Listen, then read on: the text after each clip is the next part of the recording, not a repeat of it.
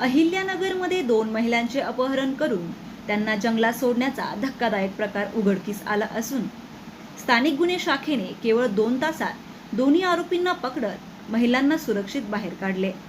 दिनांक 28 नोव्हेंबर 2025 रोजी दरेवाडी परिसरातून विना नंबरच्या पांढऱ्या बलेनो कारमधून 2 महिलांचे अपहरण झाल्याची माहिती पोलीस नियंत्रण कक्षाला मिळाली. मिळालेल्या माहितीच्या आधारे स्थानिक गुन्हे शाखेचे पोलीस निरीक्षक किरणकुमार कबाडी यांनी पोलीस उपनिरीक्षक अनंत सालगुडे व पथकातील अंमलदारांना तपासाचे आदेश दिले. पथकाने दरेवाडी चास परिसरात विस्तृत शोध मोहीम सुरू केली आहे. दरम्यान चास पोलीस चौकी परिसरात एक पुरुष व एक महिला संशयास्पदरित्या फिरताना दिसले. पथक जवळ जाताच ते पळू लागले, परंतु पोलिसांनी पाठलाग करून त्यांना पकडले. रोहन बाबासाहेब पवार व सीमा अंबर पवार असे ताब्यात घेतलेल्या आरोपींचे नावे असून दोघांनी चौकशीत गुन्हा केल्याची कबुली दिली आहे.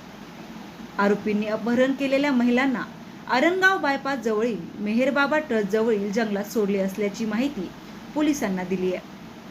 पथक ताबडतोब त्या ठिकाणी दाखल झाले असून अदिती प्रवीण ढेपे व सुरेखा प्रवीण ढेपे यांना सुरक्षितरित्या शोधून बाहेर काढले. तपासादरम्यान आरोपींनी सांगितले की आदिती ढेपे हिने आपल्या पती ऋषिकेश मोरे यास घटस्फोटाची नोटीस पाठवल्यामुळे सूड म्हणून दोघांनी अपहरण केले, तसेच गळा दाबून ठार मारण्याचा प्रयत्न केला असल्याची कबुली दिली आहे.